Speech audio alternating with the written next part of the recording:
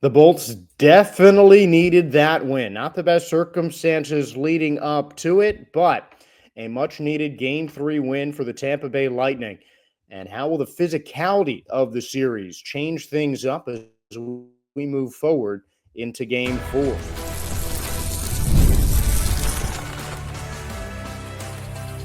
You're Locked On Lightning, your daily podcast on the Tampa Bay Lightning, part of the Locked On Podcast Network. Your team every day.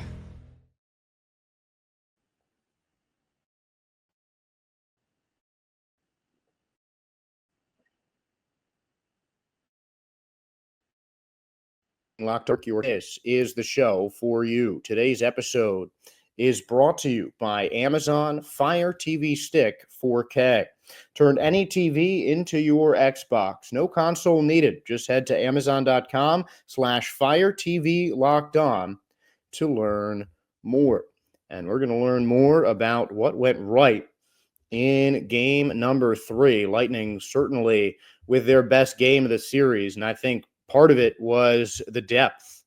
It was everybody getting involved, most importantly, led by that Lightning first line. Braden Point got a goal. Jake Gensel had a goal and 2 assists. And Nikita Kucherov had 3 assists. Gensel at +4, Kuch at +3, Pointer at +1. But everyone got involved. Cirelli, it was questionable if he was even going to play in the game. Got the empty net goal and played a big role on defense for the Tampa Bay Lightning. Luke Glendening got one. Lightning have 14 wins in the 14 games that Luke Glendening has scored at least one goal. Nick Paul got a goal as well. I mean, really just everybody stepped up. The defense was great. Ryan McDonough got 2 assists. He continues to be one of the best players in the postseason so far. He has just been so great for the Tampa Bay Lightning in turning defense into offense. And that is not even, I'd say, his strength that is a defensive player. He's just so sound on the defensive side of the game, and he knows his role and plays it so well that sometimes you forget how much of an asset he can be on the offensive side of things. He's got a hard shot that can play when needed, and he's such a smart hockey player, really great passer, and really helps the Lightning in transition. And that's the way that the Lightning are going to beat teams. I talked about it with Gil Martin on Locked On NHL. The Panthers are definitely a more physical team than the Tampa Bay Lightning. I think that's just the style of hockey that Florida prefers. Tampa is going to kill you with their speed, with their high IQ, and with some of the talented players like Nikita Kucherov that can just take the game over and take it into their own hands. I'm not saying the Panthers don't have guys like that, because they do, but the Panthers will, go toe-to-toe and drop the gloves with any team in the league. The Lightning have the capacity to do that, but this isn't a team that is going to win most of their games by their physicality. They're going to win with their smart hockey, their great coaching, and their speed, because they've got guys on just about any line that can outskate most other players in the NHL. They're going to get one of those guys back in Brandon Hagel, who served his suspension, and I think that helped motivate the Tampa Bay Lightning for sure. We're going to talk about a little bit more of that in the next segment, because this has been a very physical series, which I think the Lightning need to change up a little bit. They're playing more into the Panthers' hands rather than trying to take control of the outcome and control the game with their speed, rather than with the Panthers hitting and their checking. But the series at times has gotten too physical. That's something that we're going to have to talk about a little bit later on. Gage Gonzalez has been a huge key, another player that I really like to see, go and get into the spotlight a bit more, because he has been so great in the second half of the season since February, after he got called up from the AHL for the most recent time. He's been up there to stay, and in the regular season and playoffs, he has shown that he can be a key contributor to this Lightning team. His first career postseason multi-point game in his third career playoff game, and he averages an assist per playoff game so far. Gonzalez has really stepped up. I mean, I'd like to see a bit more from Connor Geekie. He was a little bit quieter, but I think at his age, he can definitely, mature into that kind of consistent player and a two-way force for Tampa Bay. And Jake Gensel, of course, was absolutely crucial for the Lightning. Him and Nikita Kucherov have the most points among Lightning skaters in the postseason. And he is third all-time among active United States-born skaters with 40 career playoff goals. Only Patrick Kane and Chris Kreider have scored more postseason goals than Jake Gensel. And given the fact that it seems like Gensel has been in the league for half as long as those guys, Patty Kane especially, it's just remarkable what you see him do. And I think he's been, like a lot of this Lightning team, very much overlooked over the course of his professional career. He was a huge part of that 2016-2017 team that won the Cup for the Pittsburgh Penguins. He just, it's pretty easy to get overshadowed by future Hall of Famers like Sidney Crosby and Evgeny Malkin. But Gensel was instrumental on that team, and he is already proving to be a key scorer for the Tampa Bay Lightning. And Nikita Kucherov continued to do his thing. 11th career 3-assist game in the postseason. Tied for third most in that category with Paul Coffey and Doug Gilmour. Wayne Gretzky has 17 more 3-assist games than Kucherov. Mark Messier is second all-time with 12, and that's something that I think Kuch can surpass in this very postseason. I mean, his passing ability, I think, is better than anyone, and there are a few players that have that active of a hand in the team's offense than Nikita Kucherov does. He's also seventh to reach 30 or more multi-assist games in the postseason. Again, Wayne Gretzky, 42 more than him. Mark Messier is second all-time with 10 more than him. And among active players, he trails only Sidney Crosby in multi-assist games, who has 32. Another big milestone that Kucherov could surpass when it comes to the postseason. Yanni Gourde got himself a point, and I feel like of all the players that scored points, few were more deserved than Yanni Gourde's. He has been just everywhere on the ice, not just in the postseason, but really since the Lightning made that trade for him. Gourde has been so active on both sides of the puck. I feel like his contributions are a lot more obvious on the defensive side, but he has done everything the Lightning have asked and a whole lot more since that trade with Seattle Kraken. And I mean, I think it definitely showed when Bjorkstrand was healthy, but Bjorkstrand might have been the centerpiece of that deal, but Yanni Gourde has really stepped up, and the forward depth for the Tampa Bay Lightning is showing like never before. But this was a great game for Tampa. Mitchell Chaffee got back on the ice against Florida, and even though the Lightning were outshot by 12, the Panthers have been getting the lion's share of shots on net so far this series. The Lightning were able to stick most of their chances and get the goals that you feel like they deserve to get. And it was a pretty great start to the playoffs for Sergei Bobrovsky, but the Lightning finally seemed to figure out how to get some past him. And hopefully they can continue that throughout the rest of the postseason. And, of course, Andrei Vasilevsky just made some spectacular saves, and you could tell that he was a little frustrated with how he might have played, how the defense might have played in the first couple of games. But this was just a really solid, complete game from the Tampa Bay Lightning. You really feel like the goal that the Panthers got was earned, and, there was nothing kind of given to them by Tampa Bay, when you can say in a couple instances that might have been the case in game one of the series. But in each of the last two games, there have been a big hit going against a player on each team. Both similar in the nature of the penalty, at least in the game, despite the fact that Tkachuk's was a bit later in the game than Brandon Hagel's. But they were reacted to very differently. And with the already high tempers in this rivalry, the already high level of physicality, and the familiarity these two teams have, that's bound to bubble up. And I think it's time that we talk about it next on Locked On Lightning.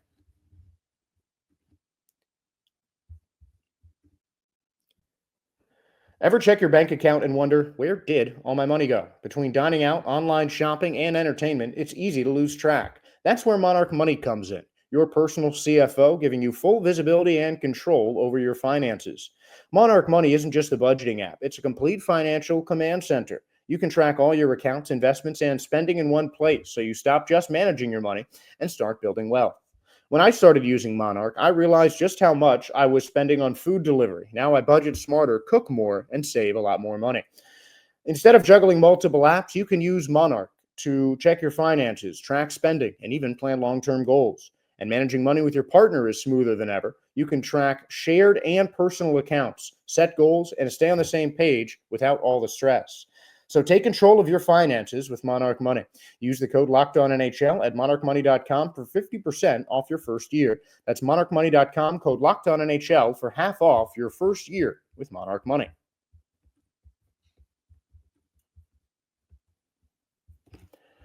Game number 2. Late in the contest, Brandon Hagel is hit with an interference penalty on Alex Barkov. I am not here to say that hit was at all clean. It was not. It was clearly an interference penalty. Hagel ended up getting a 5-minute penalty late in that third period. And after a hearing with the NHL, he was granted a 1-game suspension. Served that, the Lightning took care of business without him and moved within 1 win of tying the series. Next game, late in the contest, empty net. Jake Guentzel all alone on the center of the ice. Similar situation. Another dirty hit by Matt Tkachuk. He's out for the rest of the game since that particular interference penalty occurred with exactly 5 minutes left in the game. Led to a couple more penalties that also didn't warrant suspensions. But I think a bigger surprise was that Matthew Tkachuk's hit didn't even warrant a hearing. And, I mean, you look at those two plays. Again, they're both clear interference calls. I don't want to dispute that. I don't want to be the Lightning fan saying, oh, if that Hagel hit was dirty, how can you call the Tkachuk hit clean? I mean, they were both dirty hits. You know, both plays that maybe went a little bit too hard. I know it's the playoffs. Everyone's going to be finishing their checks. The hits are going to be a little bit harder because these games mean that much more to everybody involved. That's just the nature of playoff hockey. And frankly, it's not something that just stops in hockey. I mean, the NBA, I think, is a perfect example where things like this happen because basketball, while not being as physical a sport as hockey is, there is definitely a hard contact kind of element. And you can tell that the fouls on a player in the open court during the playoffs are a lot harder, and those are called playoff fouls, and they don't often warrant as much additional adjudication from the officials in terms of how severely that player should be punished. And the NHL, I think, did a good job immediately. The referees said, you know, the full extent of the penalty will be levied on Hagel, then it would have been levied on Tkachuk. Just I think the way that they reacted after were mistakes. I mean, the Hagel play was interference again, but Barkov was a lot closer to that puck than Jake Guentzel was. I mean, he had passed it off a while ago.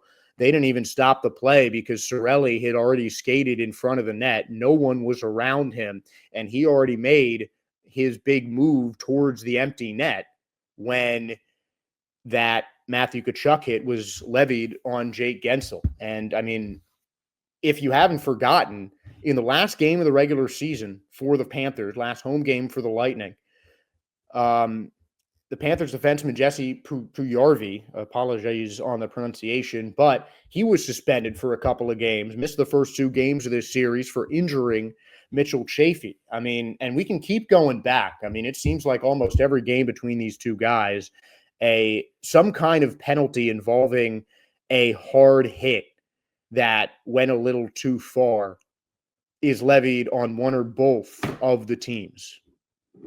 Plain and simple. These two teams don't like each other. They are fierce rivals, and especially with their success in the last decade, especially within the last 5 years when one of those two teams has represented the Eastern Conference in each of the past 5 Stanley Cup finals.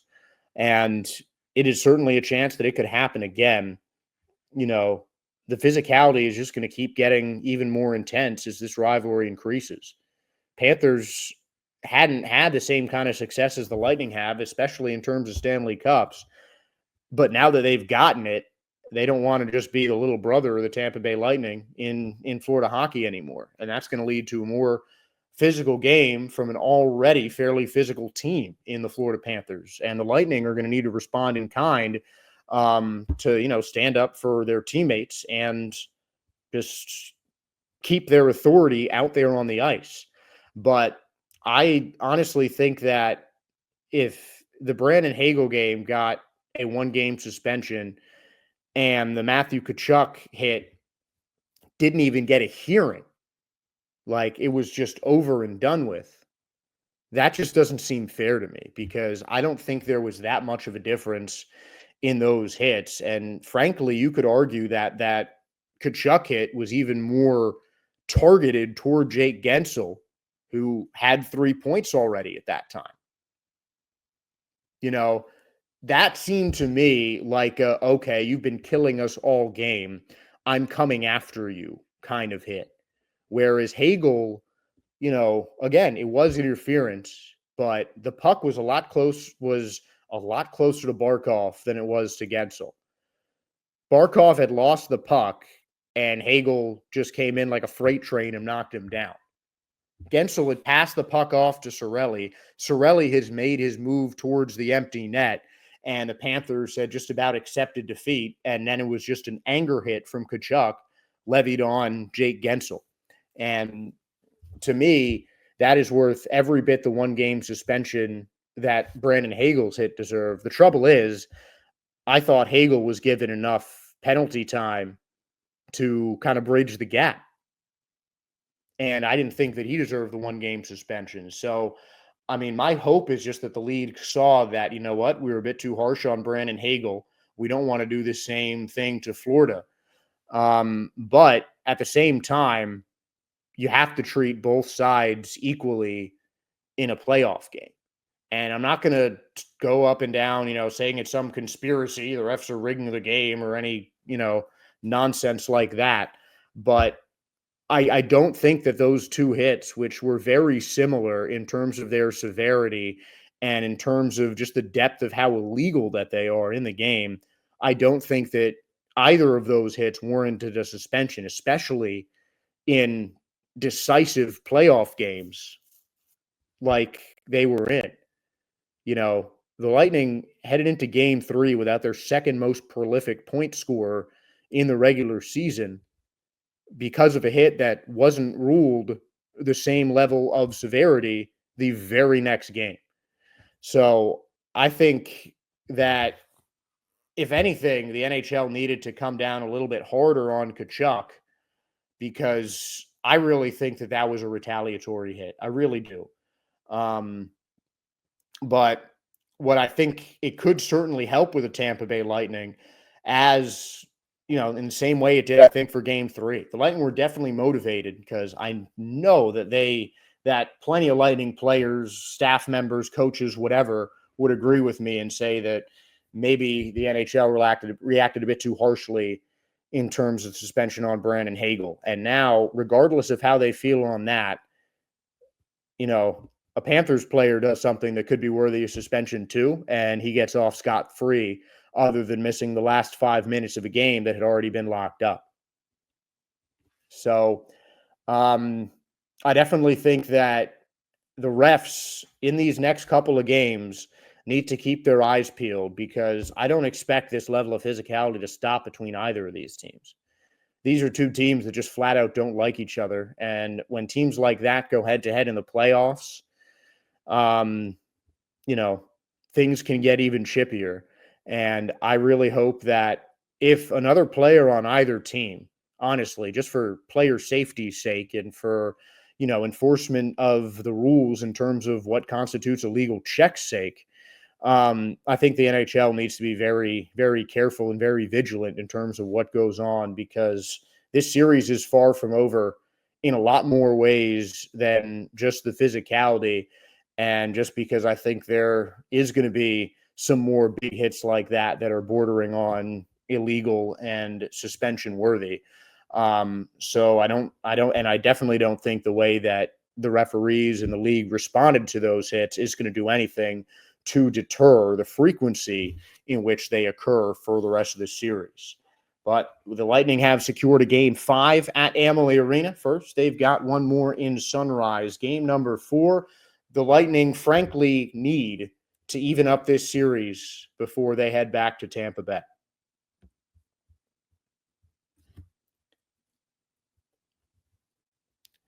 Are you looking for a snack that's both delicious and nutritious? Crack into a good source of protein with wonderful pistachios.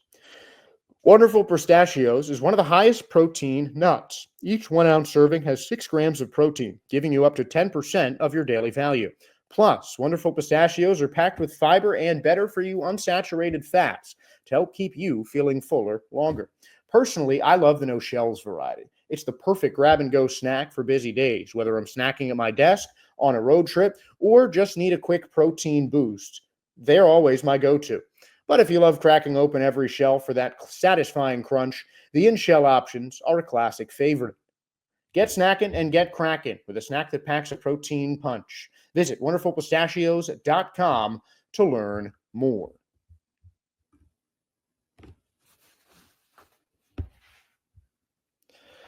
One more game in Sunrise, and these are two teams that are both definitely home leaning in terms of their strength. They're both definitely teams that are better at home than on the road. It's not that uncommon, I feel like, especially in hockey. Both teams with great crowd atmospheres. The Lightning have a 10-year sellout streak that is still continuing. And yet, neither team in this series has won a home game.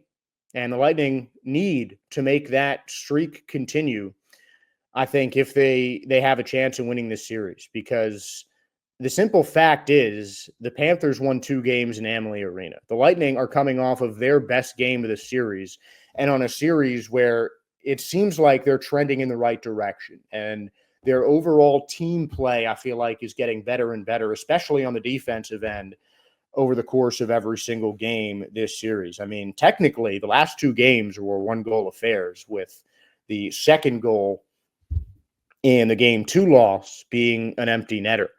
So, this is essentially a Lightning team that has allowed 2 goals in the last 2 games. And you got to give a lot of credit to the defense for continuing to step up. And, of course, Andrei Vasilevskiy for, doing exactly what Andrei Vasilevskiy does. But they need to take that defense and keep it going in Game 4. Because if it's going to be a series that surprises like this one, where the road team ends up being the dominant squad, you need to keep that going until the series is back tied again, or else you're just cooked. Even if the Lightning lose Game 5, then win, the Panthers have one more game at home, and the Lightning can't let the series go back to Sunrise with Florida in the lead, plain and simple. And obviously, it seems redundant and unnecessary to be talking about playoff games as games that you have to win, because frankly, you got to think of every playoff game as a must-win game because there's only so many per series. But I think that the Lightning just need to continue sending a message to the Panthers that they are not done, and to the rest of the league that they can still contend. They still have a Stanley Cup contending core with them. And in these kind of situations, this is a tone-setting game.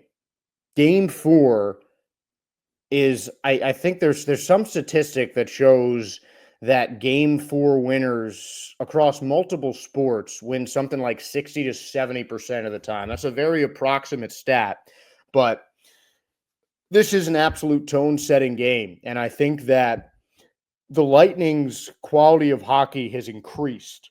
Like, they have just played more complete games, not necessarily better games, but more complete team games in each game. They made a lot of mistakes, I think, in game number 1. The second game, They missed on a couple of chances, were a little bit careless, I think, and then it just really all came together in that game 3.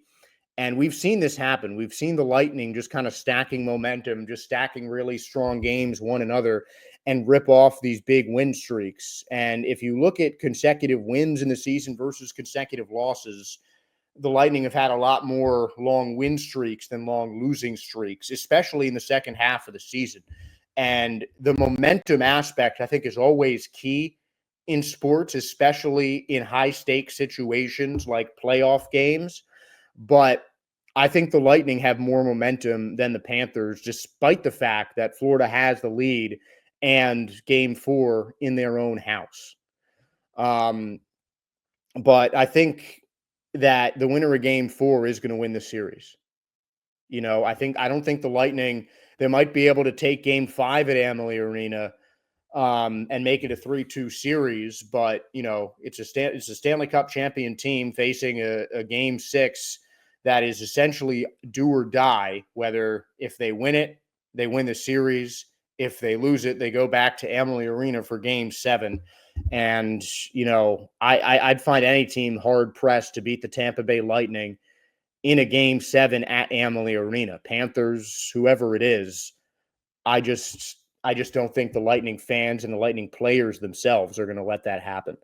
So I think that, the winner of this game 4 is going to win the series. And I think the Lightning can use some of the momentum and the chip on their shoulder that I feel like they have after that third game to their advantage. I mean, you're going to see a very hungry and probably angry Brandon Hagel, where he had a hit that was treated a lot more harshly than a nearly identical hit that Matt Tkachuk levied on one of Hagel's teammates. And Hagel was really bottled up in those first 2 games. The Panthers did an excellent job matchup to matchup by really stymieing Brandon Hagel at Amalie Arena in those first 2 games of the series.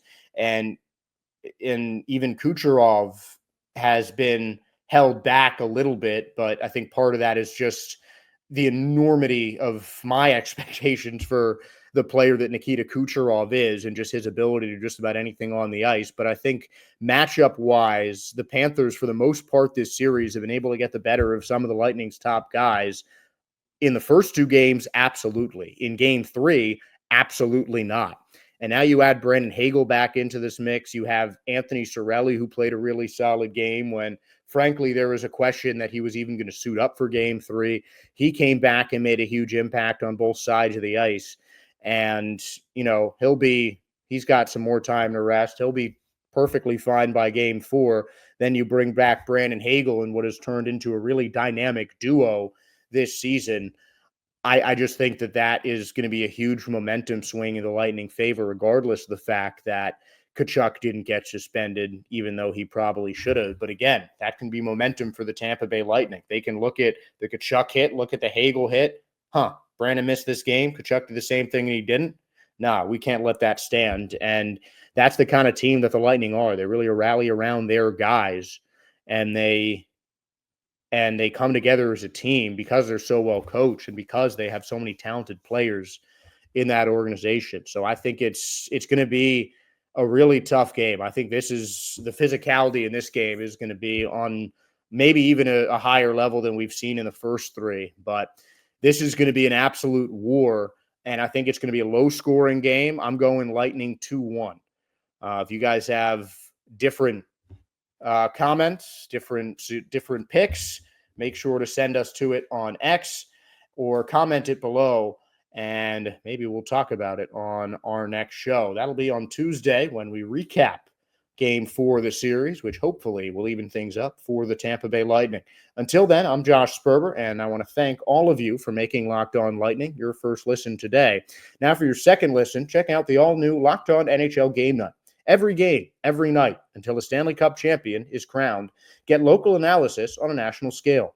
Find NHL Game Night on Locked On NHL on YouTube or wherever you get your podcasts. And whether you're watched on YouTube, listened anywhere else, please give us a like, follow, and a subscribe. We really appreciate your guys' support because we do the show for you, the fans. So thank you for being fans of Locked On Lightning. Go Bolts, and have a great start to your week.